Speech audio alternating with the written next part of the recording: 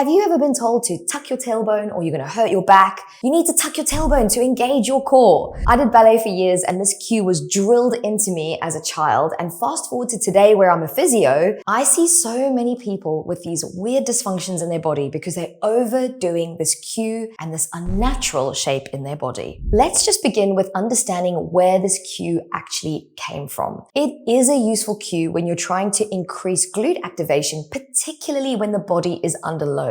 This is because where the load increases, so does muscular activation increase proportionally. The amount of muscle activation is context dependent. However, to suggest to all people that you should be tucking your tailbone throughout the day, it's just not appropriate. In fact, there's a growing body of evidence to show that the maintenance of what we call lumbar lordosis can actually help maintain your pelvic floor and your diaphragmatic movement, which is better for your core. And that those who have reduced lumbar curvature, a flat lower back, are actually more susceptible to incontinence, constipation, and reduced breathing capacity. And this makes sense because tucking your tailbone is what we call a stiffening strategy, and that morphs the shape of your torso. A shape that is of course useful sometimes for some things, but is really unnatural to sustain for long periods of time. Now let's say that actually you've got back pain and you've been recommended that it's important for you to tuck your tailbone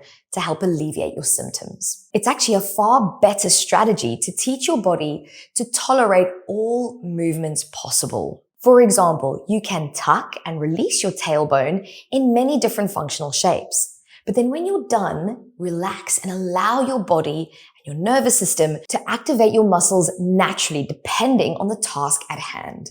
The secret is not conscious engagement.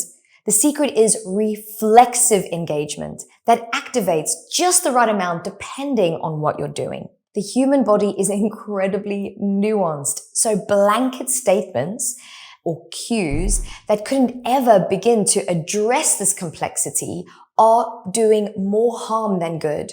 So I want to encourage you to trust your body because I promise you it knows more than any therapist or trainer in this whole wide world. If you'd like to do a class that's useful for lower back pain, then hit the subscribe button because we're going to be uploading a beautiful class that will help to explore some of these movements that we've discussed in this video. So you don't want to miss that. And if you did enjoy this video, please hit me up with a comment and share your experiences in your body because we'd love to hear from you.